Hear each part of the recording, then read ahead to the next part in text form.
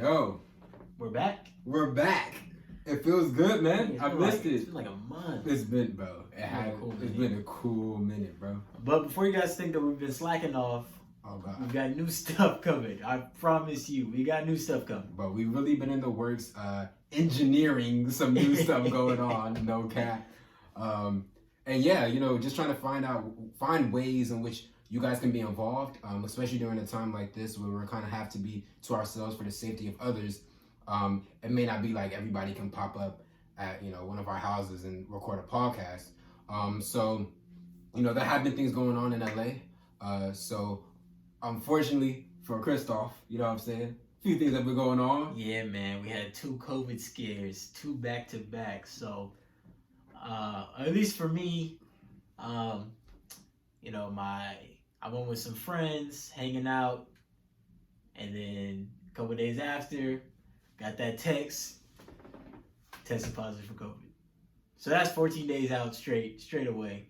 And then some family friends also tested back for COVID right after I got my negative test for my last COVID. So if you want to blame it on somebody, you can blame it on me. I was stuck in the house, but we're back. We're back.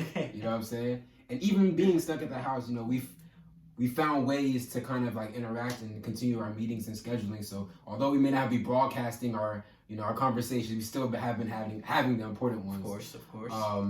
But I also want to say that we will be coming to you guys with a Zoom podcast. So it will be streamed live to our YouTube channel. And then also we will be recording it and releasing on Sundays. Yes. You know what I'm saying? New days. And if you guys want to be a part of that team, editing, just adding a little flair to what we're doing now, I think that would be amazing. Right now, currently, we're not on the Zoom one. We're actually gonna record this one and post it to the YouTube and some of clips to the podcast channel at New Knowledge Podcast on Instagram. And if you guys want to follow us on Twitter. Or actually, if you guys want to kind of take over some of the pages, I know some people may have more of a creative, side when it comes to social media. As social media goes, man. Yeah, we try to be on it as much. We're trying. We are college men, you know what I'm saying, and so we do have sometimes our hands full. And for those of you who can find the time to do it, it would be amazing if you guys can help us out and kind of relieve us. We can have a New Knowledge team instead of a New Knowledge duo. Yeah. So what you been on the last couple of weeks, man? You started college. Bro, yes, first sir. First day of school. Morehouse College. So my first day of school was like August 16th, 17th. I want to say I've been striving so far. I feel like I've been doing good. I've learned so much. I'm taking 6:30 a.m. courses. My condolences go out to those of you who are on the West Coast and have to take East Coast classes. Yeah. It is an adjustment. Yeah, it's an adjustment. That's tough. And I get tired. I've slept through a couple classes. I'm not the perfect person. But I do learn so much throughout those classes. You just turn that Zoom camera off. Bro, it's so easy. And that teacher at 6:30 be live because it's 9:30 over there, so they be like, and then he asked me, McKinnon, why is your camera off? And I'm like, bro, I'm shirtless, bro. I'm not really stressed. Like, I was taking because I'm taking my pre-classes and remember the other day, I just turned the camera off, leaned back in my chair, woke up 30 minutes later. Now I remember I fell asleep during my English class. And dang, I'm really ratting on myself here. But, I fell asleep during my English class, and I woke up, and I was the only one left in the meeting. Oh. Because the teacher was still waiting for her next class to join that same meeting code. Bruh, so I'm just there. That called lacking. Got called lacking, bruh. I know she wasn't going to say nothing, but I knew she knew. She knew. But yeah, anyways, my most interesting class, actually, I'm taking is called History of the African Diaspora. We study from... Well, it says from 1800 to now, or there's a time period for the class. But really, we've been reading this book called Reversing Cell by Michael A. Gomez. And that book covers so much. It goes all the way back to, to BCE, where it's we're studying the Egyptians, the Nubians, interactions with the Greco-Roman world, really interesting things. And I've learned so much. I've learned stuff that goes against majority of the things I learned about Africans and the ancestors and my culture in my regular history textbooks. class. And it's I think it's one of the perks of going to HBCU. It's also just one of the perks of joining one of those classes. Yeah, and, definitely. And I like the Morehouse vibes. The brothers there are cool. Hopefully we can have some of them on the podcast because when I tell you that they are some smart people, bro, like, my type of people, man. They were very intelligent men. So, yeah. Yeah, man, I still got a little time before UCLA start.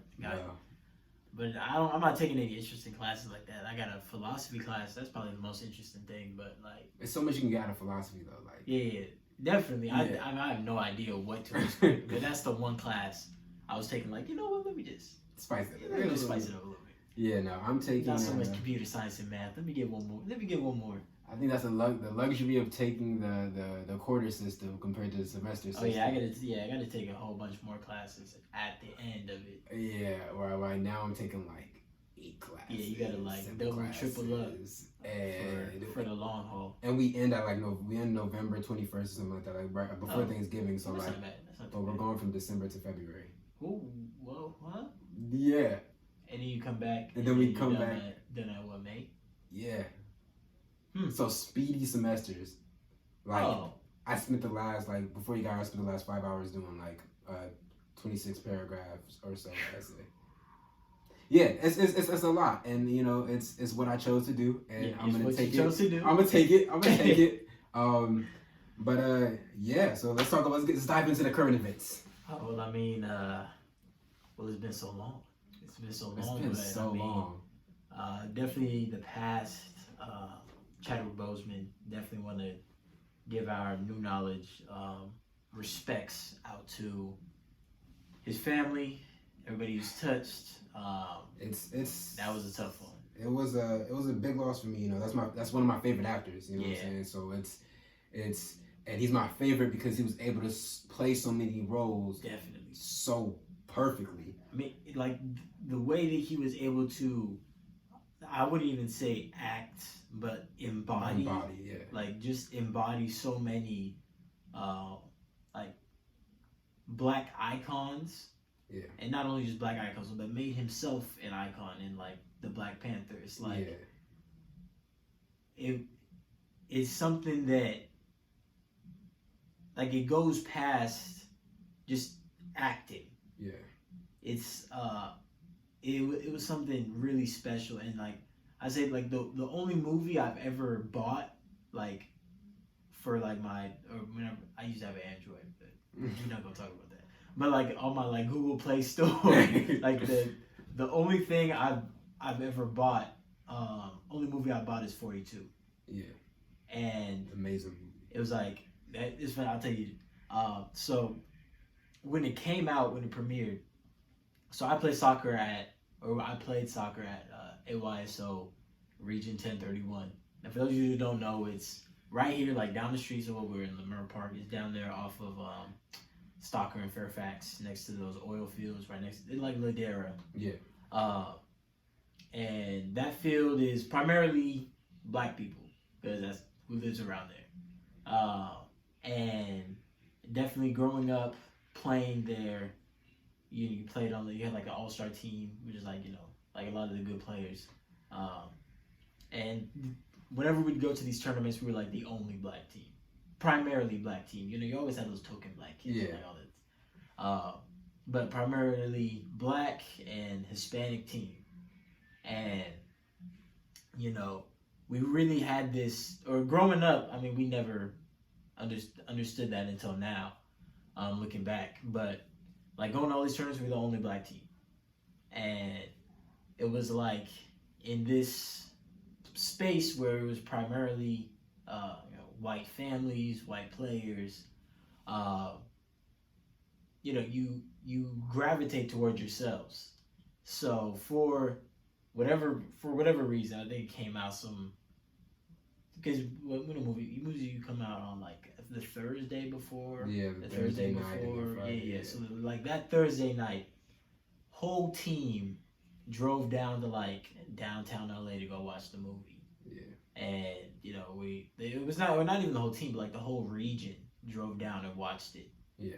And it was just like, I don't ever remember having so much fun. I mean, what was that, like 12 or something like that? So everybody going down, you know, we got our team and like, you know, little girls' teams, you know, we're all going down to the movie, you know, yes, sir. And, you know, it was just, I never remembered watching a movie and having such a great time, even though the movie is super tense. Yeah. But overcoming all of the odds and the way that he was able to embody that in a modern sense really had us not only inspired to keep on, you know, winning championships or whatever it is, but just knowing that you, in those particular struggles, like, you never can give up. And when you think that something has gone too far, there's always like that little place that you can reach to continue. Yeah. So I mean, that movie in itself, I will forever cherish.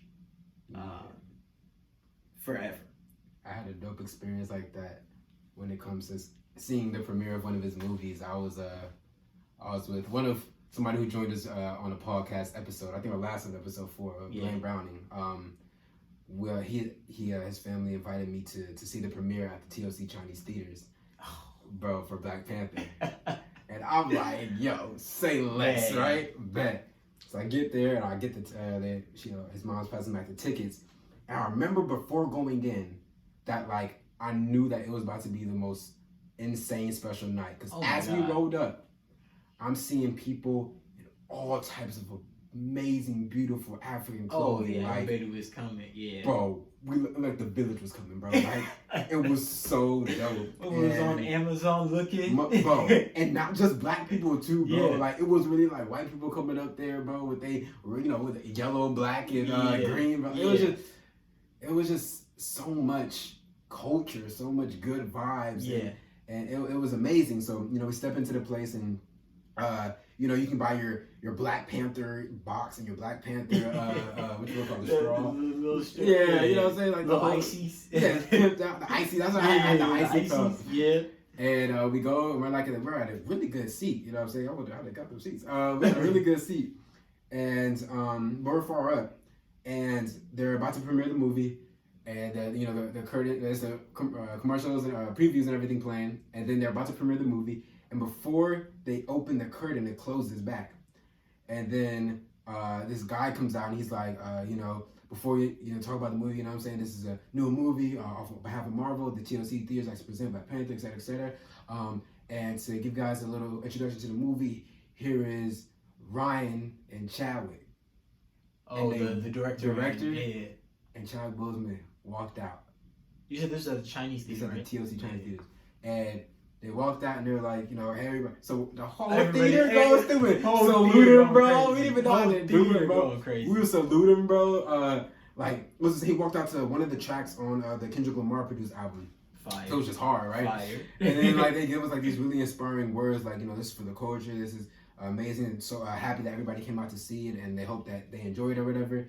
And it was just my first time looking face to face with an icon. Like, with someone who legend. I had admired him since he did James Brown, since he did Get Up. Like, I watched that with my grandma. I was in my socks in my living room, bro, just sliding, just dancing my butt off because it was just an amazing movie. So to see him in Black Panther and to see how well he portrayed it, and it wasn't even like some people discredit the movie for like the movie. I hear that a lot, but it wasn't just, it was what he stood for. It was what the movie stood for. It was just life changing. And like, it wasn't just like, I hate that we always say like it was a black movie, but like I was a fan of Black Panther way before that movie came out. Yeah, it was just a great movie. It was like a great representation of a hero. Yeah, you can't say you didn't enjoy yourself that year, right? It was Black Panther, and then Avengers came out. After that, bro, like over. You know, Infinity War came out after that, so I would never forget that. You know what I'm saying? Yeah, like just I remember the first time seeing it, it's like. Yeah, I remember the first time, the second time, the 10th time. Like, I think I went like 3 times or something. Oh yeah, I think everybody said I'd never seen it before. Yeah, I think I went like 3 I had like the times. best first experience. Yeah, I think I watched because the first time I watched it, I I think it was by myself. Like I had to go. Yeah. And then went again with some friends, and then went again with like the family. I think one of the times I fell asleep, I was so tired. Like I fell asleep, but I woke up right at the right when like the whole battle was about to go down. Yeah, Killmonger. Yeah. But yeah. For sure, sound like a nerd, but like that movie was that. Movie Yeah, was no, it. that. But so yeah, I mean, clearly that was a big hit in terms of our current events. Definitely rest in peace. Rest in peace, rest in power. A GOAT for real. That's two. That's for me. That's two big hits in a year. Yeah. You know what I'm saying? So it's I'm trying to refrain from saying it's the nature of 2020.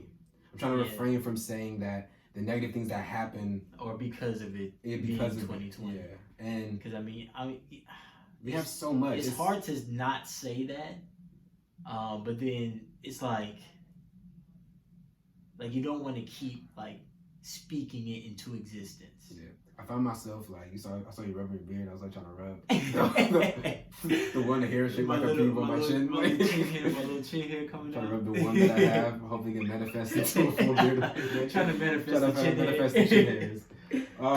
But yeah, so on a lighter note though, or maybe a little bit of a other note. Well, I mean, one more thing. The NBA playoffs is going on. NBA playoffs. So I know you're a Laker fan. Laker fan, Clipper fan. Look, we gonna see each other next week. We gonna see each other next week. We gonna see each other. Y'all gonna see the trash talk. But maybe depending on how it goes, the next podcast might. We might have a lot of trash talk next podcast. We might have to just do this next podcast on Zoom. You might see us go on a hiatus after the next talk. Yeah. But yeah, definitely love that sports are back in general. It's good vibes. And definitely the NBA. I mean, I've always just been a basketball definitely have always been a basketball fan. Yeah. LeBron James fan for life. I was thinking today, like, one day he's gonna retire. That dude is gonna retire. And I'm gonna have to like I'm a LeBron James fan. Yeah. At the core. So like when he was in Cleveland, okay, I guess I'm a Cleveland fan. Right. What's happening with Russell Westbrook? Yeah. So I don't know what I'm gonna do, but that we're gonna appreciate greatness. There's a part of me that was like, first of all, LA needs Clippers versus Lakers conference final. Yeah, definitely. But like if you thought about this, like just 3 years ago, never would have happened. Especially in the Western Conference Finals, never would have thought. Never would have thought. First of all, never would have thought Lakers would have got there. If I'm being honest with you. No, that was tough. No, not to hate on y'all, but you know what you've been doing. We know. Yeah, we know. After 2013 was the start of your fall. Yeah, we know way too much. Yeah, but after years after that, we're here now, and it's like it's a competition, and it's respectful. I remember every Laker fan when I was since I'm a Clipper fan. Really I'm a Lob City Clipper fan.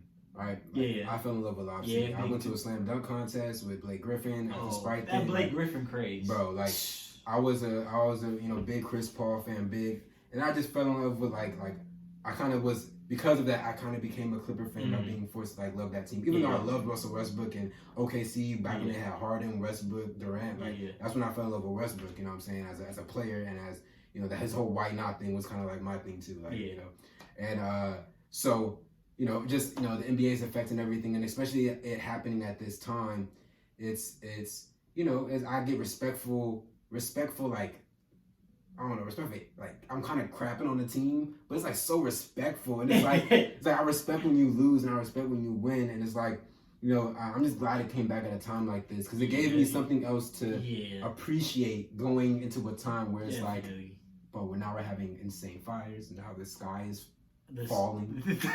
Like, you know what I'm saying? The sky is, I don't even know. For my East Coast brothers, and then my power went out the other day. Oh, damn. Yeah, bro. That's what I'm saying. If your power had it went out, we'd be on the Zoom and inviting y'all to come on.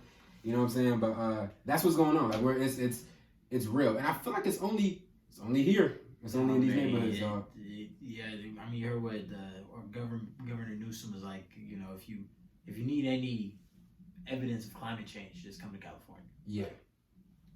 Real talk. Is real. Like real talk. And that's another thing too. Is like there's climate change, there's coronavirus, there's our movement, you know what I'm saying, that everybody thinks has stopped but really hasn't stopped. And it's a lot. And then, you know, the people that have been lost this year, and the people who have gotten sick and it has affected their lives. And I mean, my friends and families who've lost. Yeah, not only just getting it or getting over it, but I mean, what a lot of people don't understand is that there are chronic, like, you have pneumonia and you get over it, like, it's not okay, I'm over it, cool.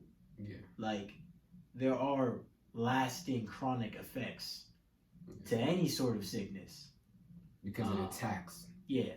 I mean, you know what I'm saying? Infection and then what it attacks, that's more of the scarier part, really, of the coronavirus. Yeah, just like the last thing. I mean, you can live. Yeah. Obviously, yeah, it's great that you lived past it, but it's like, in the process where, you know, some of it after is the residue after the explosion, kind of tough. Yeah. But you know, when it comes to the movement, I just want to make it very well known that we're not done. Look at me in my face, dog. We're not done, bro. Got the shirt on to prove it. He matched the colors on purpose with Martin. The only red hat I need. It's not over, and for those of you who think that it has subsided, for those of you who think that, you know, everything has gone away, look, bro, it has not gone away. Yeah, no, stop watching the media. Stop watching the media, because what will happen? What will happen is, you know how they try to watch Breonna Taylor. Yeah. And they're coming out with all these documentaries and everything. So you give this case so much attention on Hulu. I mean, it's just so many. I mean, and you still haven't. It's just really just American capitalism. I heard that they're taking it to court recently, but it's just. And that's just the main. So many people just want to profit off of it. I mean, and it's not only just. I mean, it's the same people that are saying that they're gonna take action for us that are just profiting off of it. Yeah, I mean, and it's like sad. It's capitalism. I mean, like, that's like some of the places that people are donating. Like, I don't see none of that money over here in the hood. Yeah, and for sure not over here, bro. None of it. Freaking the 7-Eleven on MLK, bro. There's a little lot in front of it. It's like that crap has been growing weeds and freaking monsters for like the last like 6 months. As much as definitely donating is something that is gracious, and I will always commend somebody for giving to the less fortunate. But it's like it's not here. I mean, I don't know where it's going, and because we're not. And I feel like it's also about those who are like, I feel like some black people are like, have grown up not privileged and have earned or gained privilege, like in terms of like materialistic wealth, and therefore they can disconnect themselves from what goes on, because like I said, once you get into the mindset of being rich, I feel like wealth and rich are two different things. You know what I'm saying? If you declare yourself wealthy, you'll be wealthy in all aspects. You'll be spiritually wealthy. You'll be mentally wealthy. You'll be, you know, wealthy in knowledge, wealthy in, you know, riches, wealthy in whatever, right? But if you're, it's a mindset. Yeah, but if you're like rich, I can see how a goal in life can be rich, but then again, you're chasing something materialistic instead of an idea. Like me and you have these goals of betterment. Yeah. Right. That's an idea. That's something that we can chase. That's more of a metaphysical type of thing. Whereas it's like, yeah, I just want to make bank and you know. FBGT. I mean, yeah, FBGM. FBGM. You gotta do. You know what I'm saying? And that's a lifestyle. I mean, but it's not the lifestyle that encourages others to continue to fight for something of a political matter, something of racial issues. Oh, I see what you're saying. Like, you can get so disconnected. So disconnected. Or being so focused on stuff that's so materialistic and stuff that you don't even know how to relate to something that's a bigger cause. Like, because I was reading, I just did the assignment I was working on, the essay it was a response to Dr. Martin Luther King Jr.'s Nobel lecture, you know what I'm saying, Nobel Peace Prize lecture, and he in it, one of the things he said was, and I'm paraphrasing here, but it was like, mankind basically he was saying that it has been more focused on the external, which has disconnected us from the internal. So, right? So, you know, he's a religious man. So with that internal, he means our spiritual connection to each other, and how to recognize each other as spirits and humans before we judge each other by the color of our skin. And at that time, of course, it was a lot more going on. But right now, there's a lot going on. There's always been a lot going on. And I feel like that still is the case. Whereas it took us to tap other people's pockets. I feel like I use that phrase like it took us to rip the money out of other people's pockets in order to like even spark a little bit of change. Like none of it would have changed if lots of these businesses are if businesses hadn't been hit after coronavirus. Yeah. Because lots of these businesses profited so much after. But I get what you're saying about like the people growing to be so disconnected from any actual meaning. I mean, like I was telling you, like I posted or saw this one thing about like I will never argue with, or I'm not arguing with somebody who sees buying designer items as accomplishments. Yeah, like those. It's not it's nice. It's dope. You look fresh. You look fine. But I mean, there are bigger things. Yeah, there are much, and it's different than the feeling, the addiction to the feeling. I feel like because it feels like when you get that new pair. Oh yeah, You know what I'm saying? Like we all get that feeling, and it's more like you need to be more focused on the external things in life that aren't materialistic so much as idealistic. Like I mean, the reason I say this is that it's different. You get a different level of satisfaction. Like we all get that feeling about buying material things. Yeah. But how about that feeling when you take care of your parents?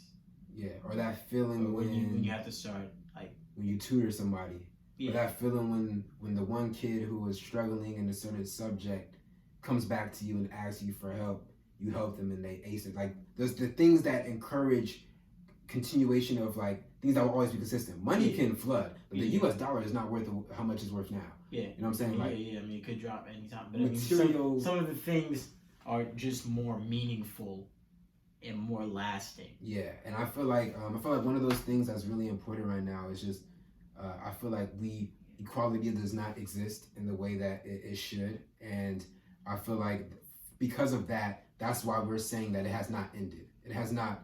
The movement has not ended. You can name it whatever you want.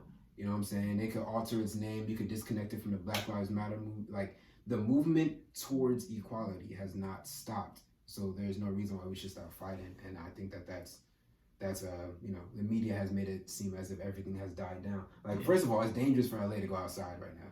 You know what I'm saying? So we have to find alternative ways to be our activists, right?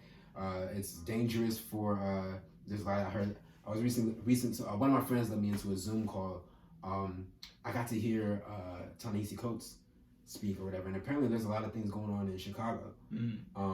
Like a lot of karma. There's a lot of things going on, and the media is spinning it in all these like really, terrible ways to feed into that whole Chicago is, the capital of crime and like all that stuff. The same way as anything, at a certain time, anything related to police brutality was connected to the LAPD or like, Yeah. And so, it's just that stuff has not disappeared, and there's still things that need to be resolved, and it's anger. You know what I'm saying? And, at least the one thing is that some of their positions are based out of like facts. Definitely, Chicago does have extremely high rates of crime. Like I don't know the exact statistics, but you have something like that, and then you sometimes they can run with it. You see what I'm saying? Like run too far with it. I apologize for those of you who can hear my mother screaming in the background.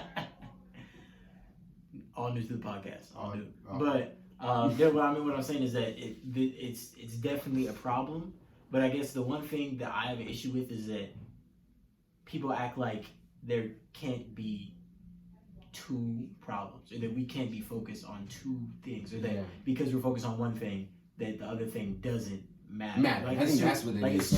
It's too like polar. Like it's either you're all this and none that. Like why can't I be worried about both? Like if I'm protesting police brutality or protesting police killings, then all of a sudden I can't be passionate about blacks killing blacks in Chicago. Like that doesn't. Yeah, I get you. How like, you know, you're encouraged to that focusing on once you jump to another one, that other one, the matter, how it matters and stuff like that. I mean, like the one thing, like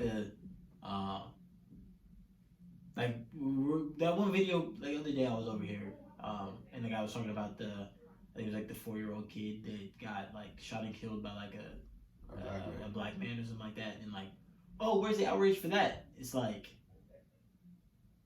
yes, I'm outraged that happens, but what does that have to do with what I am protesting? Yeah, I know he tried to break it down further. I mean, they tried. So pretty much, they were trying to. A lot of the All Lives Matter people were trying to equate a killing of killing. I think it was like a 4-year-old child was killed by a black man to the Jacob Blake killing. I think. I don't know. I think it was just like black. Where's the police and news coverage on this? Oh yeah, yeah, Black Lives I mean, Matter? Like it was like. But where's Black Lives Matter? Yeah, the reason that you can't equate those things, one, Black Lives Matter organization their mission is to try to solve racial inequalities in policing specifically. Yeah. So that's their mission. So, first of all, that doesn't equate to the unfortunate incident. It's definitely unfortunate, but that's not their place. Yeah. Number one. Number two, if we are protesting for things that happen and nobody gets consequences, like the killers for Breonna Taylor, not in jail. Yeah. We know this. Yeah. We're protesting for them to get in jail because we deem that is the news coverage and the attention comes because because there are no they did not get justice. There's no justice. That's the thing. Yeah. They're saying, where's his justice? Well, if you research the story, the man who just shot and killed the kid went to jail. And is probably going to be jailed for the rest of his life. Like, first of all, it's an inhumane crime, okay? Right? You don't kill a little kid. Regardless of what it is. We're not giving justification to the fact that he's black and white or none of that. You don't kill a little kid. Yeah, the man killed. You could have called him a N-word with a hard R. Yeah, I mean it doesn't. There's no place for that. It's inhumane at the end of the day. But in terms of our system, justice was served. And so it doesn't equate to the multiple people who get shot by police and the police get let off because justice is not served in those cases. That's why we fight. Or the police get on paid leave or just get to pick up and move to another department. I mean, but the bigger point of this is that there's too much of, if you're not this, then you're all the way this. Yeah. Or if you're not this, you're all the way that. Like, it just doesn't equate. Yeah, people don't believe that you can be multidimensional anymore. Yeah, like, and it just comes down like politics. You're either all this or all that.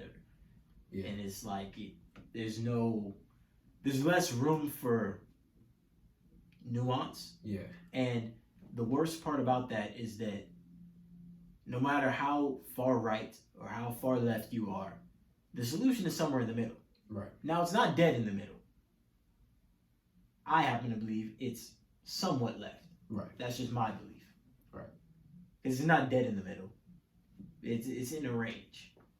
But the fact that we can't, or that our politics, our media has painted how it can't be in the middle, it's either all the way this or all the way that, I think is very scary and very detrimental to anything we're trying to accomplish.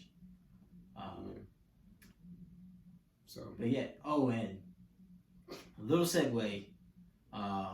If you're hearing this is September 11th, 2020. Oh yes. And we couldn't. So for those of you who may catch a clip of this, I don't know if I can clip this by tonight, but who may catch a clip of this either tonight or tomorrow. We are recording this of the night of, I think actually low-key we kind of started getting it together on the same time. But 9/11 is today. My father's from New York, and I have a lot of family who moved to New York after. Yeah, who were there actually during the time. Yeah, grew up in New York. So condolences to my family out there. If they, if there's any trauma experience or if it's any that time kind of brings up something. You know, I hope that everybody remains at peace. But it's interesting how Twitter is spinning. Oh yeah, I mean, like, you know, it's September 11th, and you know, the condolences go out to all of the people who unfortunately lost their lives in that terrible terrorist attack, and all the first responders that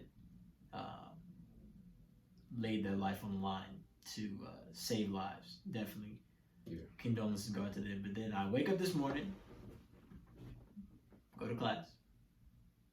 I got the split screen, so I got my Zoom on one screen. I got the monitor on the other screen, so I'm scrolling through Twitter on the other screen. Right. Number one trend on Twitter: all buildings matter. I'm not. Click on it. What are they getting at? I'm not mad.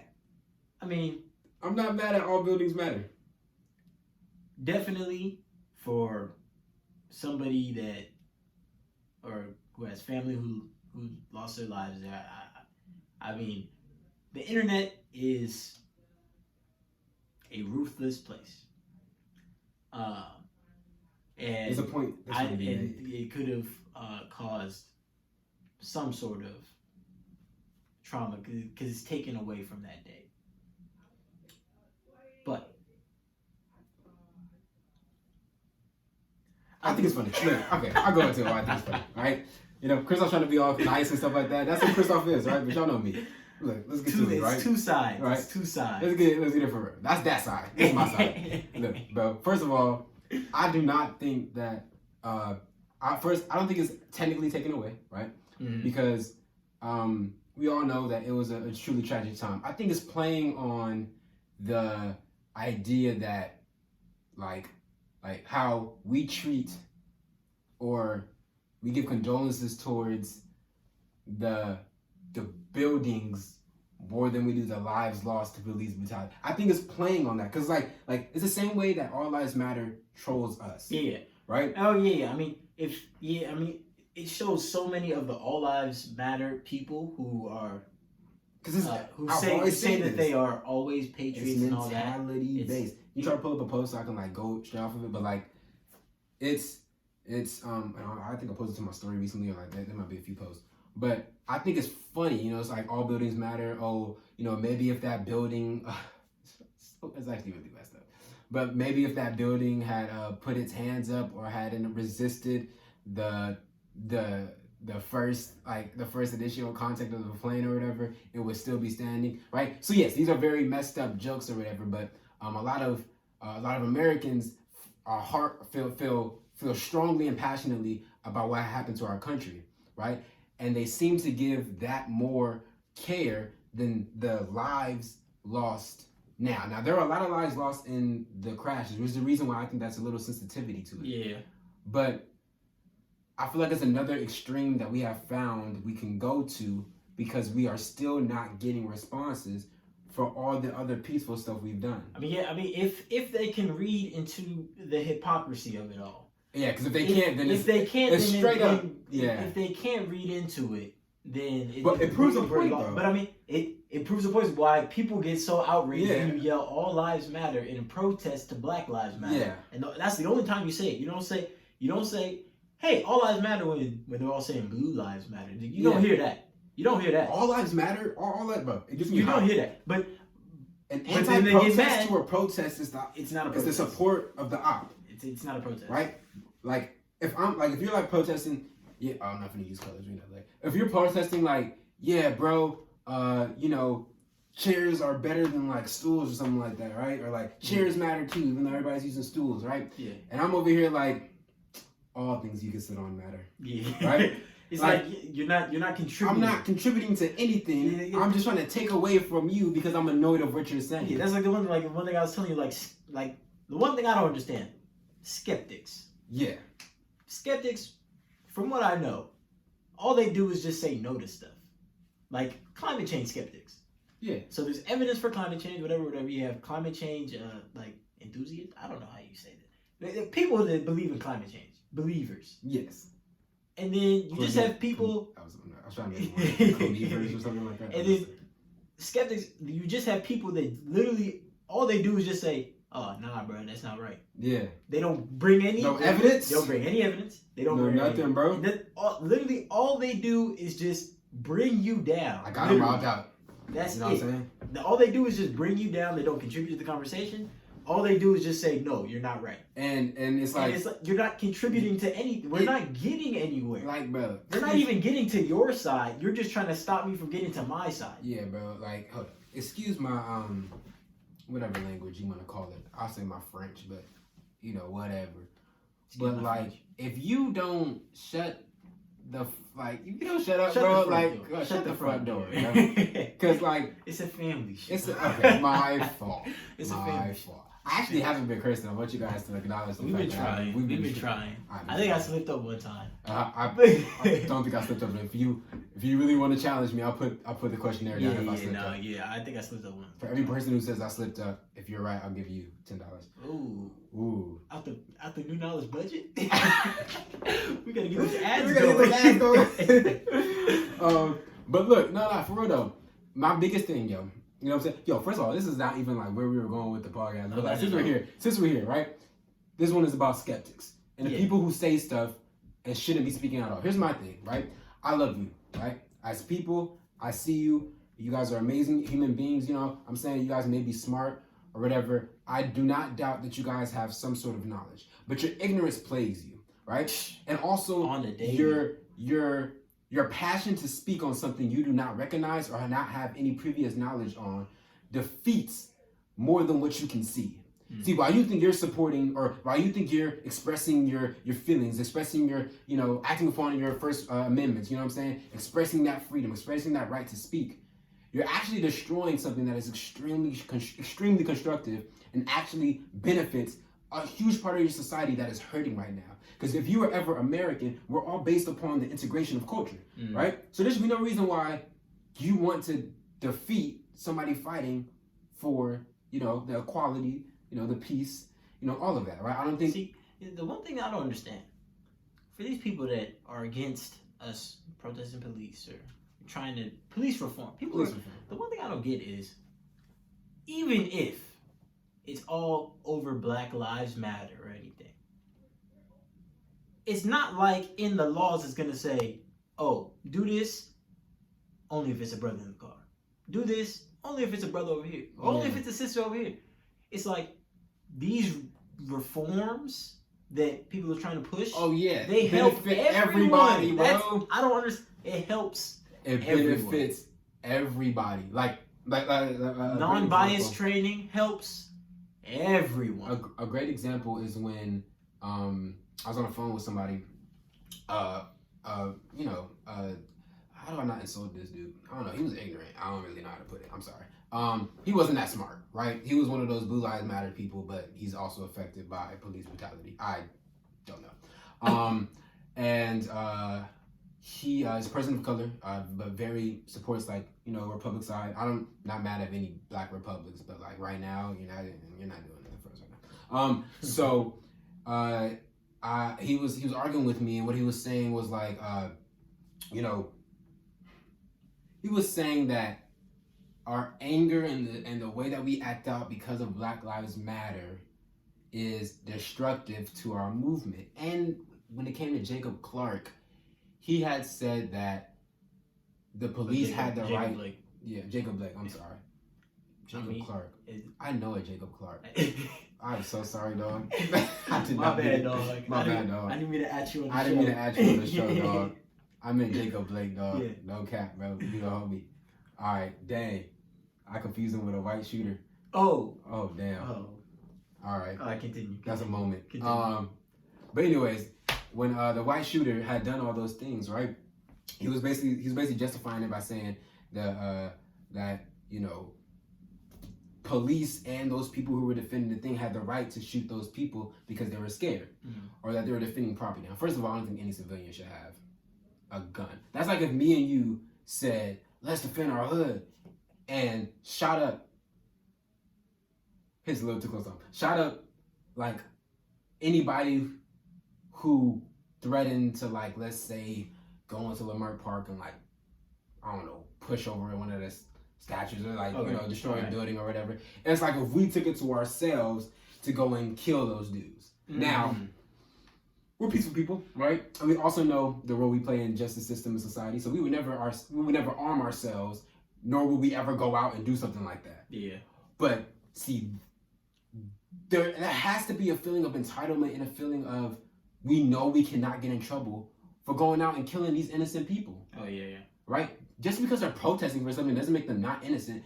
Everybody has the potential to be violent, but potential, if you don't act on your potential, right, nothing manifests, nothing happens, right? That's on anything. When it comes to violence, if you don't act on your violence, right, no violence has been committed. You can think about it, but it doesn't mean you've acted on it yet, right? Therefore, I cannot punish you on something you have not acted upon. We all have dark thoughts, right? So if you acted on every dark thought, then I could judge you for being a dark person, right? Yeah. But if you just think them and stuff like that, and you're working on trying not to think them, or you think them and it's just a moment, I can't judge your entire existence based off of a but it's when thought you act, I think you have. But it's when you act on that. Yeah, and it's he assumed that everybody there was a violent protester there to destroy something because they were furious about the killing. You know what I'm saying?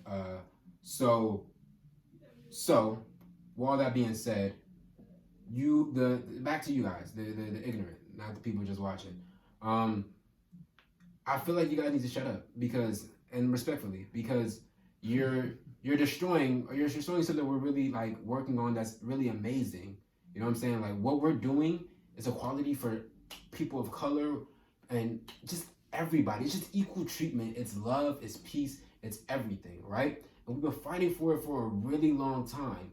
So you people who think that blue lives matter and all lives matter, shut up, bro. Nobody cares, bro. Nobody wants to hear you right now, bro. You can get your time to speak when everything's all good and well. You know what I'm saying? If one day everybody revolts against the police and stuff like that, which I don't really think this is a really bad idea right now. We probably die because of the arsenal, but that's a whole different conversation.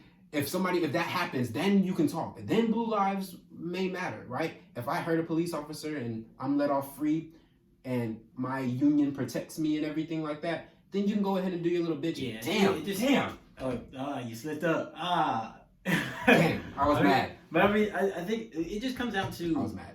From stuff like that. I mean, definitely being a police is a hard job, and we're trying to make that job easier through a lot of this reform. But I think the basis just comes down to the real basis comes down to consequences, and how we don't feel that there are consequences that there are consequences for a lot of these actions. And in an equal society where everybody is not only treated the same but looked at as the same in the eye of the law, we've talked about this before. People inherently go into chaos when there's no order. Yes. So we create an order to make things as equal and fair possible as we think. You know what I'm saying? But the reason why it's such a big issue is because the things that we put in place that are supposed to make things more fair and equal are not doing that to the level that we think is fit. So that's the difference and the insight to why we feel this type of way. And when you bring up things like, oh well, what about if what about if another, like, they bring up black on black crime and like all that, like it's terrible. I'm saying it is an issue. I'm saying it's an issue, but the distinction is, as terrible as it is, no other singular man has any regard for me. Even if that's the humane thing, like if I didn't know you, you have no bearing, or you have no motivation to help me or to befriend or there's no motivation. Like if you killed me, it's terrible, yes, but you're not responsible for me. Yeah. The police are responsible for me. So the difference in that is that you have people who are supposed to be assigned to protect, that a lot of them are doing a good job, but too many fall through the cracks and there are no consequences. Yeah. I think that versus people that aren't responsible for me, and when they get caught, have consequences. Yeah, they're not, and there's no consequences because it protects the reputation of the organization they're a part of. So like, if I, like that's like God forbid somebody does something to go against, one of the schools you're going to, UCLA, Morehouse, Yeah. you know what I'm saying? Like, if somebody, does something to mess up the reputation there when it comes, we both going to renowned universities. It's like if somebody, renowned university, if somebody messed it up, it's like, do you acknowledge that mess up and then say that is on that individual, right? Or do you cover it up and keep that individual going throughout your pipeline? Yeah, but then what it does, it changes the institution. It changes it, right? So the first time that bad police guy, who, first of all, there's always that bad police guy. It stems from a system that is all around morally wrong. It's just the psyche of you just having authority over people. Yeah, you know what I'm saying? Which is, it's a whole different issue. But but it's like, sure, people are individuals at the end of the day. Yes. Some people are inherently good. Some people are inherently bad. But when you hide and keep that bad energy within your organizations religiously, what does that say about your organization? Like, the one thing is, like, you can, or it was just one like concept, but it's like you can judge institution or a place or a club. Let's say it's a club at school. As much as the people think about this club or organization, the club is defined by not only the individuals it keeps in, but the individuals they don't let or kick out. So if a club is kicking out all the good people, what does that say?